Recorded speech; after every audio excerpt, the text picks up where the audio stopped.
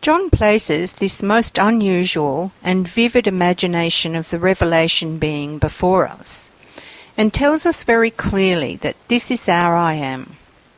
He uses similes to describe the qualities that we will develop in our consciousness as we connect with our I am and give it expression in our lives. If we give life to these similes in our mind, we prepare ourselves for the changes we will experience as we grow in spiritual stature. John says, "Then I turned and saw the voice that was speaking to me. And on turning I saw the 7 golden lampstands, and in the midst of the lampstands one like a son of man." This Son of Man is our own offspring, our own creation born from our ability to achieve balance between our lower self and our higher self through the indwelling Christ. John continues, "This being is clothed with a long robe and with a golden girdle round his breast. His head and his hair were white as white wool, white as snow. His eyes were like a flame of fire. His feet were like burnished bronze, refined as in a furnace, and his voice was like the sound of many waters. In his right hand he held 7 stars. From his mouth issued a sharp 2-edged sword, and his face was like the sun shining in full strength." Revelation 1:12-16. As we attune ourselves to the inner development, the first thing that we experience is an inner voice. John said that he heard the voice, or sound, phone in the Greek, behind him, but he needed also to see it, blepo, to perceive it. This meant that he had to turn. There are many Greek words for the word turn. This one is epistrepho, and it speaks about the conversion. Our attention is converted from one focus to another. When we experience our higher self echoing in our being, we cannot continue to live our lives as we did before. This is a life-changing experience, and our consciousness will never be the same. What can happen is that we try to turn back to our old consciousness, particularly when we have to engage in our contemporary life.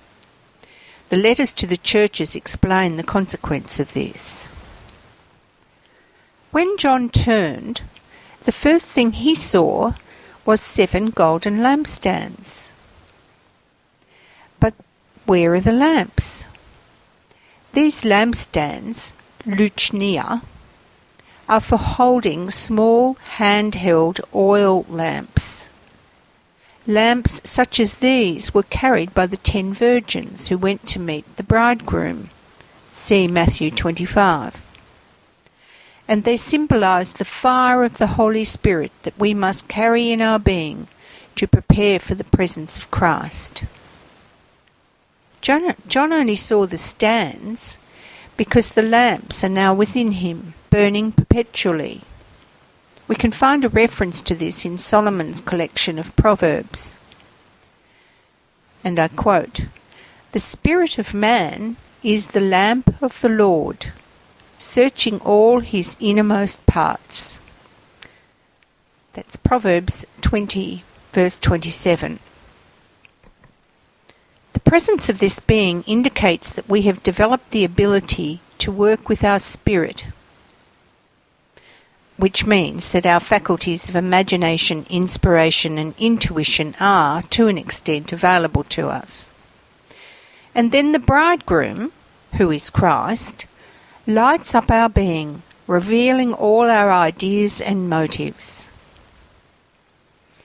John's description can be understood in the following way. We are clothed in the robe of justice and dignity. warmed by the gold shining from our breast. The white head and hair represent our thinking, which is pure, balanced and wise. White being a combination of all the colours of the rainbow. Our eyes no longer devour the light, they produce light and perceive with burning precision and enthusiasm.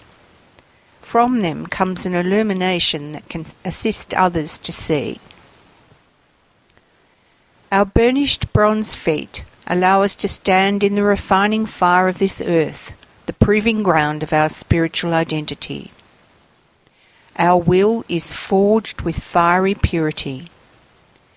This good will can be heard in the sound that flows from us like water, that life-giving substance without which we could not live on the earth. It flows never-endingly because we use it wisely. When we can hold the stars in our hands, we occupy the whole cosmos. We no longer see the cosmos as separate from us and influencing us from outside our being. Then we know that every word from our mouth cuts away all illusion.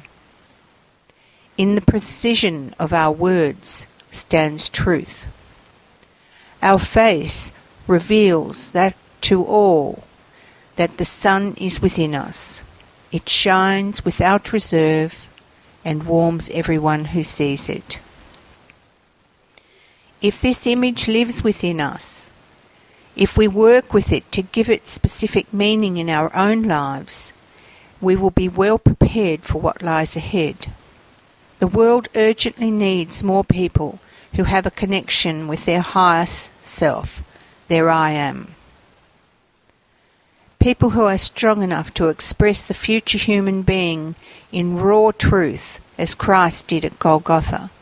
Courageous people who can stand in the face of misunderstanding, because the being John describes here will be misunderstood.